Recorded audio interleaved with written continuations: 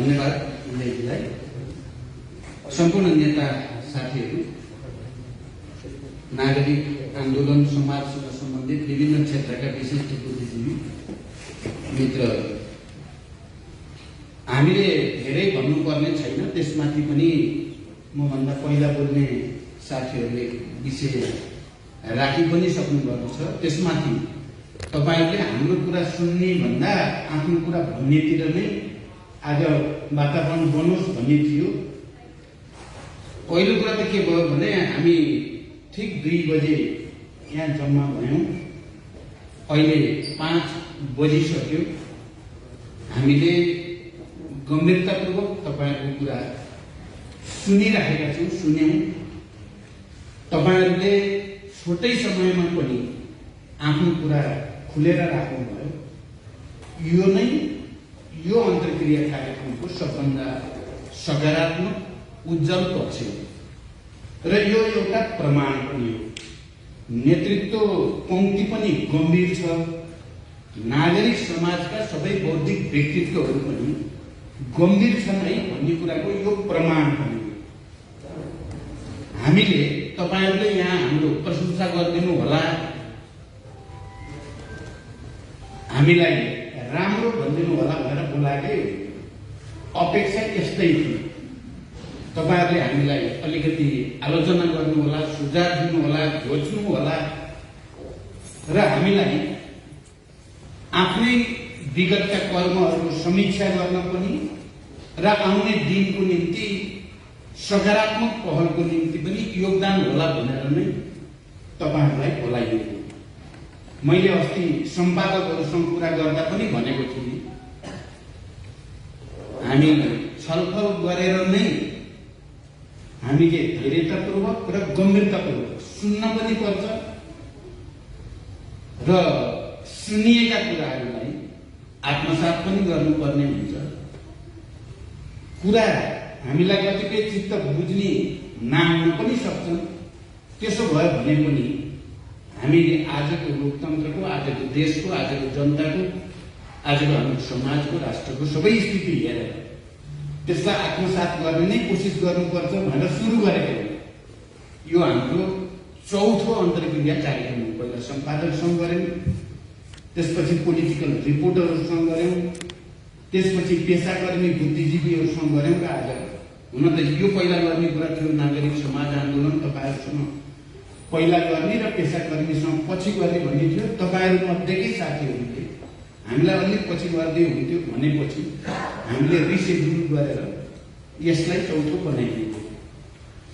त्यसकारण तपाईँहरू, मैले भने कि यो कार्यक्रमको मौलिकता भने पनि, यसको विशेषता भनेको पनि तपाईँहरूले हामीलाई राम्रैसँग आलोचना पनि गर्नुभयो, खोज्नु पनि भयो, सुझाव पनि दिनुभयो।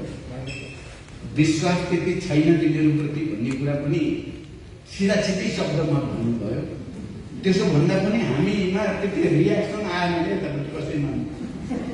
तपाईँहरूले हेर्नुभयो नि, कोही रियाक्टिभ छैन नि। दुर्गादेवीले बोलेदेखि लिएर अहिले भर्खर महालक्ष्मीसम्म पुग्दा र मसम्म आउँदा पनि हामीले यसलाई सहज, सकारात्मक र अहिले देशको समस्या समाधान गर्नको निम्ति आवश्यक भनेरै ठानेका छौँ। त्यसकारण मैले पनि अहिले धेरै लामो, अब समय त लामो भइ नै सक्यो। तपाईँहरूको कुरा बढी सुन्नु थियो, हामीले सुन्यौँ। मैले त तपाईँहरूले भनेको प्राय सबै कुरा नोट पनि गरेको छु। त्यसकारण हामीले यो 5 दलीय गठबन्धनलाई अझ दिगो बनाउने, अझ बलियो बनाउनको निम्ति तपाईँका सुझाव आलोचनालाई आधार मानिनेछ। मैले यो विश्वास व्यक्त गर्न चाहन्छु। सबै कुरा अहिले फेरि तपाईँले उठाएको स्पष्टीकरण दिन आवश्यक पनि छैन।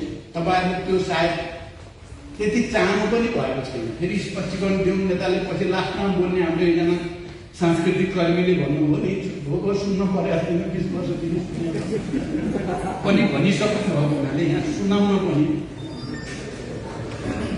त्यति आवश्यक छैन। तपाईँहरूले सुन्नु थियो, हामीले सुनेको थियो।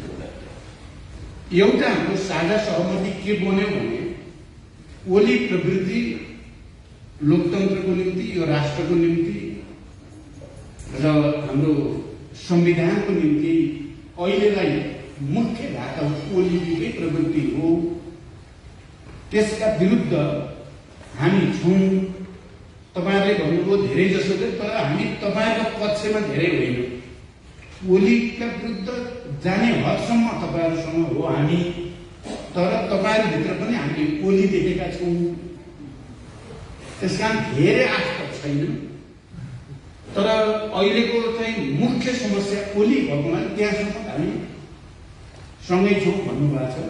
यो एउटा सहमति हो भन्ने म ठान्छु। हाम्रो कार्यकर्ता भयो, युनिटी इन एक्सन भयो। अब त्यसकारण यो एउटा राम्रो कुरा हो। तपाईले धेरै कुरा भन्नुभएको छ, धेरै कोणबाट भन्नुभएको छ। त्यसकारण त्यसलाई हामी गठबन्धनको आउने बैठकहरूमा यी विषयहरू चाहिँ अलि गम्भीर रूपले नै छलफल गर्छौँ। अरू सबैभन्दा तपाईहरु विभिन्न चाहिँ क्षेत्र समुदायसँग सम्बन्धित पनि विज्ञ अनुभवी साथीहरू हुनुको नाताले तपाईहरुले अझ तीखोसँग भन्नुभएको छ। हामी तिनलाई केही रूपमा छलफल गर्छौँ र मैले के महसुस गर्छु भने आजको यो छलफल अलि क्रिटिकल ढङ्गले अगाडि बढेको हुनाले यो बढी फलदायी हुन्छ कि भन्ने लागेको छ। यो अलि बढी फलदायी हुन सक्छ हामीले त्यसलाई राम्रोसँग आत्मसात गर्दा। त्यसकारण मैले यसलाई आउने दिनको निम्ति एउटा राम्रो लेसन हो र यो लेसन लिनुपर्छ नेताहरूले भन्ने ठान्छु र मेरो तर्फबाट हामी छलफल गर्छौँ एजेन्डा राखेर र आउने दिनमा विगतका कमी कमजोरीको पनि समीक्षा गर्दै कसरी अगाडि बढ्न सकिन्छ भन्ने बारेमा चाहिँ हामी त्यसलाई त्यही रूपमा लिन्छौँ भन्न चाहन्छु। तर म फेरि के कुरा पनि डर चाहिँ मैले गराउनै पर्छ भने तपाईहरुले भने जस्तो हामी सबै उस्तै चाहिँ तपाईहरुले अलिक बढी हामीलाई जानेर भन्नुभएको छ, त्यस्तै हो त हामी सबैको पृष्ठभूमि उस्तै हो त। म एउटा पक्ष एउटा प्रश्न मात्रै तपाईँ बुद्धिजीवी साथीहरूलाई भन्न चाहन्छु। हामीले ठुलो र लामो सङ्घर्ष र बलिदानपछि हामी संविधान सभा र संघीय लोकतान्त्रिक गणतन्त्रको घोषणा गर्ने ठाउँमा आइपुग्यौँ। यसको अब व्याख्या गर्न अहिले आवश्यक पनि छैन, म चाहन्छु पनि। पहिलो संविधान सभा हामीले सफल गर्न सकेनौँ के कारणले, त्यसको व्याख्या पनि अहिले म गर्न चाहन्छु। तपाईहरु सबैले पनि बुझ्नु भएको छ। संविधान सभाबाट जस्तो खालको संविधान सबै उत्पीडित वर्ग, जाति, क्षेत्र, लिङ्ग, समुदाय सबैलाई मौलिक अधिकार सबै विषयमा जस्ता कुरा राख्न खोजिएको थियो, सायद त्यसमा राजनीतिक दलहरूको बिचमा नि सहमति हुन सकेन। राष्ट्रिय अन्तर्राष्ट्रिय सबै शक्तिहरू पनि एक ठाउँमा आउने स्थिति बनेन। संविधान सभा असफल भयो। दोस्रो संविधान सभा भयो। दोस्रो संविधान सभामा पनि सबै विषयमा सहमति हुन सकेन। राजनीतिक दलहरूको बिचमा थुप्रै असहमति कायम भए र दोस्रो संविधान सभा पनि असफल हुने करिब डिलमा पुग्यो। दोस्रो संविधान सभा पनि असफल भयो भने त्यसको परिणति के होला भन्ने एउटा गम्भीर प्रश्न नेपाली जनमानसमा तपाईँ हामी सबैका दिमागमा आयो। मैले त्यति बेला जुन पार्टीको नेतृत्व गर्ने, जुन शक्तिको नेतृत्व गर्ने, जुन प्रवृत्तिको नेतृत्व गर्ने मेरो अगाडि र हामी सबै राजनीतिक दलको अगाडि पनि एउटा प्रश्न बडो गम्भीर ढङ्गले खडा भयो। छोडिदिउँ, अडान लिइराखौँ, संविधान सभा असफल हुन दिउँ, या जति सहमति हुन सक्छ त्यति सहमति गरेर संविधान चाहिँ घोषणा गरौँ, बाँकी अरू विषयको निम्ति फेरि संविधान संशोधनको ढोका खुला राखेर संविधानलाई एउटा गतिशील र परिवर्तनकारी दस्तावेजको रूपमा पहिला जस्तो यी चिजहरू अपरिवर्तनीय भन्ने कुरा केही पनि राजनीतिक रूपमा नराखेर राजनीतिक विषय जति सबै परिवर्तन हुन सक्ने ढोका खोलिदिने, खाली नेपाली जनताको सार्वभौमसत्ता, देशको राष्ट्रिय स्वाधीनता र भौगोलिक अखण्डता चाहिँ अपरिवर्तनीय, बाँकी राजनीतिक सिस्टम र राजनीतिक विषयहरू चाहिँ जुन कुनै पनि संशोधन गर्न सक्ने गरी संविधान बनाएर सम्झौता गरेर भए पनि संविधान बनाउनु यो देशको लागि, लोकतन्त्रको लागि र जनताको परिवर्तनको आकांक्षालाई सम्बोधन गर्नको निम्ति उपयुक्त हो कि अडान नछोड्ने। तपाईहरुले एउटा कुरा तपाईहरुले यत्रो छलफलमा राख्नु भएन। अहिले उपेन्द्रजीले थोरै कुरा राख्नु भयो। हामीले संविधान सभामै रिजर्भेसन राखेका छौं, नोट अफ डिसिसन राखेका छौं। हाम्रो यो विषयमा सहमति होइन, तर देशको निम्ति अहिले संविधान चाहिन्छ, त्यसमा हामीले कम्प्रोमाइज गर्यौं भनेका छौं। अब हामी सबैले सोध्नुपर्ने कुरा अहिले त्यो सम्झौता गर्नु सही थियो कि थिएन, त्यसो गरेर संविधान बनाउनु सही थियो कि थिएन। मलाई लाग्छ अहिले तपाईहरुले भनेको सबै कुरा, अहिले विजयजीले संविधान जलायौं हामीले केही दिन यहीबाट अलि पल्तिर, अहिले त्यही संविधानको रक्षाको निम्ति सडकमा आउनुपर्ने बिना मना जस्तो के बडो विचित्र भयो भनेर भन्नुभयो। यसले के बताउँछ भने वास्तवमा यो राष्ट्रको रक्षाको निम्ति, यहाँको सिस्टमको रक्षाको निम्ति र सकारात्मक चिजहरूको परिवर्तनको रक्षाको निम्ति फेरि हामी सबै एक ठाउँमा आउनुपर्ने अवस्थाले नै त्यति बेला सम्झौता गर्नु गलत थिएन भन्ने प्रमाणित गर्छ। त्यसो नगरेको भए देश झन् ठुलो राजनैतिक शून्यता, झन् ठुलो भुमरीमा जाने खतरा थियो। त्यसकारण हामीले त्यति बेला सम्झौता गरेर, सहमति गरेर जे घोषणा गर्यौं र म आफै फेरि दोस्रो चोटि प्रधानमन्त्री हुँदा संविधान संशोधनको निम्ति 2 पटक संसदमा मैले दर्ता गरेको छु। यो संविधान संशोधन गरिनुपर्छ। हामीले 2 चोटि त पहिल्यै संविधान संशोधन गरि पनि सकेका थियौं। नेपाली कांग्रेस त्यति बेला नेतृत्वमा हुँदा पनि संविधान संशोधनको प्रक्रिया सुरु भएको थियो। त्यसकारण हामी संशोधन र परिमार्जनद्वारा संविधानलाई क्रमशः पूर्णतातिर लान सकिन्छ भन्ने विश्वासले सम्झौता गरेका थियौं। अब त्यो सम्झौता गर्ने बेलामा 16 बुँदे भएको थियो। तपाईहरुले यो कुरा नै उठाउनुभयो, त्यतातिर पनि म अहिले जान चाहन्छु। संविधान घोषणा भयो।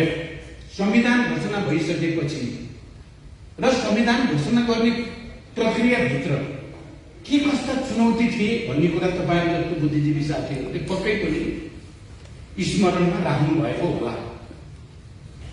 हामी मध्ये एक थरी, हामी मध्ये पार्टीभित्र अहिले जो लडिराखेका छौं, एक थरी संविधान नबनाऊ भन्नुमा थिए। अहिले संविधान बनाइराख्नु जरुरी छैन, रोक्दिउँ भन्ने प्रवृत्ति थियो, तत्त्वहरू थिए। धेरै ठुलो मेहनतपछि मात्रै त्यो संविधान त्यो रूपमा पनि घोषणा गर्न सकिएको हो। धेरै ठुलो दबाव, अप्ठ्यारो, जटिलता, धेरै चुनौतीको सामना गरिएको हो। म त्यसको अहिले सबै कथा व्यथा अहिले यहाँ फुकाउन उपयुक्त हो भन्ने पनि लाग्दैन। त्यसो गरेर संविधान घोषणा गरिएको हो।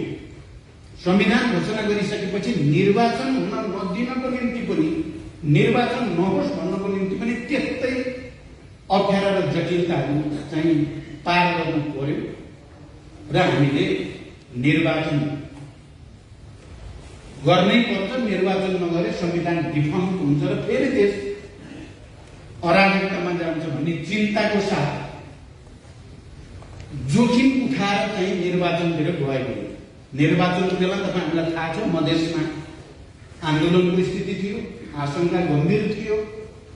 मधेस निर्वाचन प्रक्रियामा सहभागी नहुँदा निकै ठुलो दुर्घटना हुन सक्ने खतरा थियो। ती सबै खतरा र जोखिमहरूलाई पन्छाउँदै चाहिँ हामी फेरि मधेसलाई समेत पनि सहभागी गराएर चाहिँ हामी निर्वाचन प्रक्रिया सम्पन्न गर्यौं। अहिले त्यही कुराहरूमाथि फेरि सङ्कट आइरहेको छ। फेरि त्यही संविधानमाथि, फेरि त्यही निर्वाचनबाट बनेको जनप्रतिनिधि संस्थामाथि सङ्कट आएको छ र कहीँ न कहीँ इतिहासका संविधान सभाको बेलाका या निर्वाचनको बेलाका प्रवृत्तिहरू अहिले टक्राएको छ। केपीले प्रतिनिधित्व गर्ने प्रवृत्ति र हामी यहाँ भएका 5 पार्टीले प्रतिनिधित्व गर्ने प्रवृत्ति एउटै होइन। किनभने हिजो गणतन्त्र माधवजीले थोरै कुरा राख्नुभयो। हिजो गणतन्त्रको निम्ति आन्दोलन गर्ने बेलामा केपीजी कहाँनिर हुनुहुन्छ, हामी यी 5 कहाँनिर थियौं भनेर मात्रै स्मरण गरियो भने पनि थाहा हुन्छ। एउटै ठाउँमा हामी थिएनौं। एउटा गणतन्त्रको निम्ति संविधान सभाको निम्ति, शान्ति सम्झौताको निम्ति, शान्ति प्रक्रियाको निम्ति पुरै बल गर्ने प्रवृत्ति हामीसँग थियो भने अर्को यो ठिक हुँदैन, ठिक छैन, गर्न हुँदैन भन्ने थियो र त्यो लडाईँ अहिले यो रूपमा प्रकट भएको छ, प्रवृत्ति उही नै। अब मेरो एउटै मात्रै प्रश्न साथीहरूलाई अहिले मलाई उत्तर चाहिए पनि छैन, मैले तपाईँलाई स्पष्टीकरण दिन खोजे पनि होइन। तपाईँहरूले भन्नुभयो नि प्रचण्ड चाहिँ अलिकति पहिले यता पहिले उता भन्नु छ। मेरो प्रश्न के छ भने मलाई पहिले यता पहिला उता कसले बनायो? मेरो कमजोरी त होला, म माने। म युद्धबाट शान्तिमा आएँ, शान्तिबाट संविधान सभामा लान बल गरेँ, संविधान सभाबाट संघीय लोकतान्त्रिक गणतन्त्र घोषणा गराउन बल गरेँ। सुरुमा एमालेसँग मिलेर सरकार बनाए, म सबभन्दा ठुलो पार्टीको नेतृत्व गर्थेँ त्यति बेला। सैनिक सर्वोच्चता कि नागरिक सर्वोच्चता भन्नेमा लडाईँ पर्यो। म नागरिक सर्वोच्चताको पक्षमा लड्न बल गरेँ, सेनालाई हावी गराउन प्रवृत्तिका विरुद्ध लडेँ। अनि गम्भीर राजनैतिक सङ्कट पैदा भयो, सत्ता साझेदारले नै सत्ता छोड्ने स्थिति बन्यो। मैले सजिलै खुसी छोडिदिएँ। यो सबै कुरालाई हिसाबै गर्न नपर्ने कुरा छ र नि। तपाईहरु मलाई चाहिँ भन्दै जाँदा म युद्धमा थिएँ, ठिकै थिएँ, म शान्तिमा आउनु गल्ती भयो हो, संविधान सभा गराउनु गल्ती भयो हो, संघीय लोकतान्त्रिक गणतन्त्र घोषणा गराउनु गल्ती भयो हो। तपाईहरु सोचिदिनुहोस् भन्ने मात्रै मेरो अनुरोध छ। किन यस्तो भयो? किन यस्तो भयो? मैले देशमा अब चुनाव गरिसकेपछि र संविधान भइसकेपछि राजनीतिक स्थायित्व र जनभावनालाई विचार गरेर कम्युनिस्ट आन्दोलनलाई एक ठाउँ ल्याउनु उचित हुन्छ भन्ने ठाने प्रस्ताव गर्न गए, गल्ती गरेँ मैले। तपाईहरुले भन्न खोज्ने त्यही हो कि के हो? मैले अलि बुझेको छैन, पछि भन्नु होला। अनि मैले गलत सम्झौता गरेको थिएँ त केपीसँग। राजनीतिक प्रतिवेदन तपाईहरु कसैले पढ्नु भएको छ भने ठिकै छ, पढ्नु भएको छैन भने पढ्नु होला। विधान त्यति बेलाको अनि लिडरशिपको बारेमा गरिएका सहमति सम्झौताहरू गल्ती थिए त? राष्ट्रको अहितमा थिए त? केपी ओलीलाई सहमत गराएर हस्ताक्षर पहिला धोका दिएको या अस्ति एकजना साथीले सोध्नुभयो, केपीले धोका दिन्छ भने तिमीलाई थाहा छैन, अघिल्लोपल्ट धोका दिएको। केपीले धोका दिएपछि त शेरबहादुर मिलेर सरकार बनायो, फेरि त्यही केपीलाई प्रधानमन्त्री बनाउन जाने भन्नुभयो। त्यो बेला लिखित गरिएको थिएन, यो पटक त लिखित गरिएको छ भन्नाले लिखित गरिएको छ, सम्झौता गरिएको छ, सबै साथीहरू सबै नेताहरूको टिमै बसेर गरिएको छ, दस्तावेज तयार पारिएको छ। केपीको हाम्रो सबैको हस्ताक्षर छ भनेपछि यस्तो त नहोला भन्नाले मेरो गल्ती हो त्यो। अब अहिले भिलेन भयो हुँदा त नि त कुन चाहिँ कम्युनिस्ट पार्टी त्यस्तो छ त्यहाँभित्र भिलेन नजन्मेको पार्टी संसारमा कुनै छ? जन्मिन्छ न, अब लड्ने हो, लड्दै जाने हो। मैले अस्ति नै खगेन्द्रजीसँग एउटा कार्यक्रममा खगेन्द्रजी कृष्णजीले मलाई सकेसम्म झ्याको झार्न खोज्नुभयो। मैले के भने ठिक छ, मैले केपी ओलीलाई यति साह्रै अपराधी त छैनन् कि भन्ठाने छन् भने पनि सम्झौता गराएको छु। माधवजी साथमा हुनुहुन्छ, हिजो गणतन्त्र लडे, पञ्चायत विरोधी आन्दोलनको सँगैको साथी, सबै भएपछि त ठिक लागिहाल्ला नि भन्ठाने मैले, ठिक गरिएला भन्ठाने मैले। तर सकिएन। सक्नु त सके हो, बहुमत पनि बनायो, सबै गरे हो, तर पनि भएन। हजुर अब फेरि तपाईँ अर्कोतिर नमान्नु होला, अर्कोतिर बिल्कुल नमान्नु होला। ए त्यो चाहिँ हो। हामीले मैले के भन्छु, हामी पराजित भएकै होइन।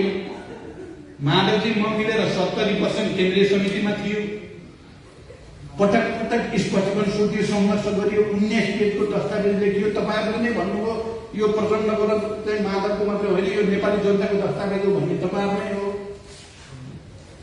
त्यहाँ भ्रष्टाचारका कुरादेखि कुशासनका कुरादेखि अपारदर्शिता त्यस्तो हो। त्यसकारण मेरो भनाइ के छ भने यो परिस्थिति जो सिर्जना भएको छ यसको अर्को पार्टी एउटा पार्टी तपाईँले भनेको भयो नेताहरू तिमीहरू उस्तै उस्तै छौ, तिमीहरू त हेरिसक्यो तिमीहरूलाई भन्ने एउटा पाठ भयो तपाईँहरूले भनेको। यस्तो परिस्थिति किन तयार भयो भन्ने पाठ अर्को पाठ छ, त्यो पाठ पनि तपाईँहरूले हेरिदिनुहोस् भन्ने मात्रै मेरो आग्रह। तपाईँले यतापट्टि पनि सोच्नु। अहिलेकै कुरा चाहिँ के हो भने ओली प्रवृत्तिलाई परास्त गर्न हामी एकजुट हुनुको विकल्प छैन। संविधानको हुर्मत लिइएको छ, लोकतन्त्रको अब हाम्रो यो गठबन्धनको के आधार हो भन्ने तपाईँलाई राख्नुहोस् कि रहेछ। हामी अहिले कोही प्रधानमन्त्री हतार गर्नेवाला थिएन। मैले यो कुरा त तपाईँहरूले मान्दैन पर्यो नि। मैले त सार्वजनिक रूपमा पुस 5 गते नै भनेको थिएँ हामीलाई प्रधानमन्त्री चाहिएको छैन, म अहिले यो रेसमा छैन, म हुन्न पनि। उहिले भनेको 5 पछि शेरबहादुर पनि प्रधानमन्त्री चाहियो मलाई अहिले भन्नेमा हुनुहुन्थेन। माधवजी र म हो, अस्ति पनि भने मैले माधवजी र म हो, शेरबहादुर तपाईँ उभिनु पर्यो भन्ने हामी। किनभने यहाँ प्रधानमन्त्रीको होइन, पुरा संविधानको रक्षा, सिस्टमको रक्षा, लोकतन्त्रका फन्डामेन्टल मान्यताको रक्षा र राष्ट्रियताको रक्षा, यसको आधारमा गठबन्धन हो यो। र हामीले तपाईँहरूका कुरा गम्भीरतापूर्वक सुन्नुको हाम्रो तात्पर्य मैले अस्ति भने त्यो भन्दाखेरि पनि टिप्पणी त भइरहेका छ, धोइ पखाल्ने पनि हो। हाम्रा कहाँ फोहोर मैला लाग्छ त्यसलाई धोइ पखाल्ने गर्नु तपाईँको सहयोग हो। अब हामीलाई जातिवृत्ति चाहिँ त नगर्नु होला भन्ने मात्रै। र अहिले अब कुरा के छ, सिधै अदालतमा चाहिँ मुद्दा छ। हामी 149 जनाले हस्ताक्षर गरेर समयभित्रै राष्ट्रपति कहाँ गएर हामीले बुझायौँ। हाम्रो दाबी छ प्रधानमन्त्री महेन्द्र शेरबहादुर देउवालाई प्रधानमन्त्रीको चाहिँ रूपमा प्रस्तुत गरेर हामीले कुरा पनि गऱ्यौँ त्यहाँ राष्ट्रपतिसँग। तपाईँसँग अब योभन्दा प्रमाण अरू केही चाहिँदैन। सिधै अब शेरबहादुरलाई तपाईँले प्रधानमन्त्री नियुक्ति गर्नुहुन्छ भने हामीलाई विश्वास छ भनेर निक्ल्यौँ हामी। तर राति मध्यरातमा त चिज घटनाक्रम बरु नाटकीय ढङ्गले आयो। हामी अदालत गएका छौँ। धारा 4 र 5 को बारेमा अहिले डिबेट छ। धारा 4 केपी ओली स्वयंले मार्ग प्रशस्त गरेपछि र राष्ट्रपतिले 5 अनुसारको आह्वान गरेपछि हामी गयौँ। फेरि धारा 4 मा भइकन 5 मा किन गएको भनेर मुद्दा परेको थियो, मुद्दा दर्ता भयो। यो कुरा ख्याल गर्न जरुरी छ। कहिले समय भएन भनेर दर्ता नहुने, कहिले चाहिँ 3 बजेपछि आउनुहोस् भनेर दर्ता नभएको स्थिति छ। यसको निमित्त हामी दोषी त छैनौँ। धारा 5 मा जाँदा चाहिँ त्यो हामीले आफैले बनाएको संविधान सदस्यहरूको विशेषाधिकारको रूपमा संसदभित्र भएका सदस्यको बाहिरका कोही त्यो धारा 5 उपधारा 5 मा जो 2 अनुसारको सदस्य भनेको छ, त्यो 2 अनुसार सदस्य पार्टीकै सदस्य हुन पर्यो भनेको प्रधानमन्त्री। त्यसकारण यहाँ चाहिँ इफ बटको कुरा हामी देख्दैनौँ। संसद सदस्य, पार्टीको संसद सदस्य कसैले बहुमत देखाउन सके भने अब त्यो शेरबहादुरले बहुमत देखाउनु भयो, हामी सबैले सहयोग गर्यौँ भनेपछि यहाँ अब कहीँ इफ बट छैन। हामीलाई विश्वास छ अदालतले सिधै बहुमतको आधार प्रस्तुत भइसकेको हुनाले शेरबहादुरलाई नियुक्ति गरेर विश्वासको मत लिन लगाउने भन्ने नै फैसला हुनुपर्छ भन्ने हामी ठान्छौँ। र हामीलाई भरोसा छ अदालतले अन्ततः संविधानको मर्म र भावना अनुसार नै निर्णय गर्छ। किनकि अघिल्लो पटक पनि त्यसरी नै गरेको हुनाले यो पटक पनि संविधानको मर्म अनुसार हुन्छ। त्यहाँ फेरि घुमाएर यताउता गर्ने ठाउँ छ जस्तो हामीलाई लागेको छैन। त्यसकारण यो कुरामा तपाईँ हामी सबै एकै ठाउँमा छौँ। अब समीक्षा गर्ने कुरा आज तपाईँहरूले विचार उत्तेजित ढङ्गले कुरा राख्नु भएको छ। मैले फेरि दोहोऱ्याउँछु, बुझ्नु भएको छ हामीलाई बेसरी नै अलिअलि त चाहिँ अलिक कसिङ्गी जस्तो पनि हुन्छ, तर अब अहिले कसिङ्गी पनि छ। त्यसो भएको हुनाले तपाईँहरू सबैलाई साँच्चै फेरि तपाईँहरूले भनेको कुरालाई आत्मसात गर्नुको विकल्प छैन। तपाईँहरूले कुनै गलत नियतले भन्नुभएको होइन भन्ने म चाहिँ फेरि विश्वस्त छु है। सबैले जति खोजे पनि राष्ट्र, लोकतन्त्र, जनता सबैप्रति एउटा निष्ठाको साथ तपाईँहरूले भन्नुभयो भन्ने कुरामा शङ्का छैन। त्यसकारण तपाईँहरू सबैलाई धन्यवाद भन्दै र अब भोलि सरकार बनेपछि पनि तपाईँहरूलाई बोलाइन्छ। हामीले मैले अघि पनि भने तपाईँहरूलाई फेरि बोलाइन्छ ल अब यो सरकार के गर्ने, किनभने हामी जाने भनेको त संविधान, लोकतन्त्र, राष्ट्रियता र जनजीविकासँग सम्बन्धित कुराहरूमा पारदर्शिता हामीले भनेका छौँ। पहिलो हाम्रो जीवधनको रक्षा नै हुन्छ। नयाँ सरकार बन्ने बित्तिकै पहिलो एजेन्डा खोप ल्याउने बनाइन्छ। अहिलेदेखि सुरु गरिएको छ। विभिन्न मित्र राष्ट्रहरूसँग खोप सम्बन्धी स्थिति के छ भन्ने कुरा छलफल सुरु गरिएको छ। सरकार बन्ने बित्तिकै खोप ल्याउने र जनताको जीवधन रक्षा गर्नेलाई प्राथमिकता दिइन्छ। बाढी पीडितहरूलाई राहत र पुनर्स्थापना कुरालाई प्राथमिकता दिइन्छ। यो बीचमा भएका भ्रष्टाचार, गलत नियुक्तिहरू, अवैधानिक नियुक्तिहरू, यो सरकारै अवैधानिक छ। फेरि यो सरकार कुनै वैध केही छैन, काम चलाउ पनि होइन। यो अवैधानिक सरकार हो। यो अवैधानिक सरकारले गरेका अवैधानिक राजनीतिक नियुक्तिहरू खारेज गर्नेतिर हामी अगाडि बढ्छौँ। त्यसमा हामीलाई विश्वास छ। यति कडा ढङ्गले हामीलाई त्यहाँ आलोचना गर्ने साथीहरूले त्यति बेला जोडदार साथ सहयोग हुन्छ भन्ने विश्वास चाहिँ म भनाइ दिन्छु। धन्यवाद। धन्यवाद अध्यक्ष।